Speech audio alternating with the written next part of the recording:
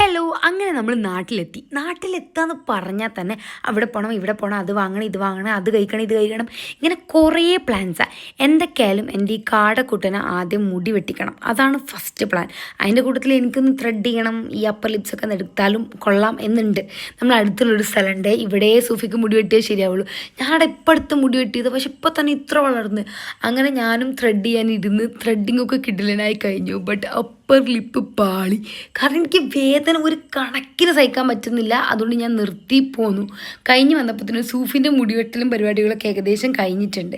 അങ്ങനെ upper lip എടുക്കാതെ ആ സങ്കടത്തിൽ ഞാനൊരു പുരുഷനായി തിരിച്ചിറങ്ങി. അങ്ങനെ കുളി നനയെല്ലാം കഴിഞ്ഞ് കുട്ടപ്പനായി. ഈ കുട്ടപ്പനെയും കൊണ്ട് ഞാൻ വള, കമ്പല്, ചാന്ത്, പൊട്ടി ഈ വക സാധനങ്ങളൊക്കെ വാങ്ങാനും പോയി. ഇനിയാണ് മെയിൻ പരിപാടി. വീട്ടിൽ പോയി സിനുവിനും ജിനുവിനും കിയ ബേബിനെ എടുത്ത് ഞങ്ങൾ ഫുഡ് കഴിക്കാൻ പോവുകയാണ്. ഞങ്ങൾക്ക് ഇങ്ങനെ ഓരോ ഫുഡ് കഴിക്കണം എന്നുണ്ടാവേ, പക്ഷെ അതെല്ലാവരും കൂട്ടി കഴിക്കുമ്പോൾ നല്ല രസം.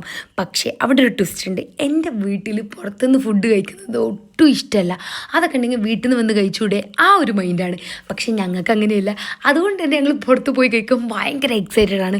മാത്രമല്ല കിയാനും കൊണ്ട് പുറത്ത് പോകുകയെന്ന് പറഞ്ഞപ്പോൾ തന്നെ ഞാൻ ഭയങ്കര എക്സൈറ്റഡ് ആയിരുന്നു. കാരണം ഞാൻ അവിടെ എപ്പോഴും ഉണ്ടാവില്ലല്ലോ. ഓൻ എങ്ങനെ ഇരിക്കും, പുറത്ത് പോയാൽ എങ്ങനെ ഇരിക്കും ബിഹേവ് ചെയ്യുന്നത്, ഇതൊക്കെ കാണാൻ ഞാൻ ഭയങ്കര എക്സൈറ്റഡ് ആയിരുന്നു.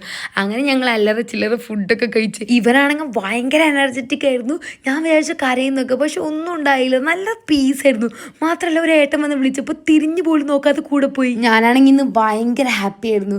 സംഭവം ഈ സാധനങ്ങളൊക്കെ അവിടുന്ന് വാങ്ങാൻ കിട്ടും, ഈ സാധനങ്ങളൊക്കെ അവിടുന്ന് കഴിക്കാൻ പറ്റും. പക്ഷെ ഇത് കഴിക്കുന്നത് വാങ്ങുന്നതൊന്നും അല്ല. എന്നാലും പണ്ട് നമ്മൾ പോയ സ്ഥലത്ത് കൂടെ ഒക്കെ ഒന്ന് പോവുക, സാധനങ്ങൾ വാങ്ങുക, ഫുഡ് കഴിക്കുക, ഇതൊക്കെ ഭയങ്കര ഹാപ്പിനെസ് ആയിരുന്നു. അപ്പോൾ ഓക്കെ, ബൈ.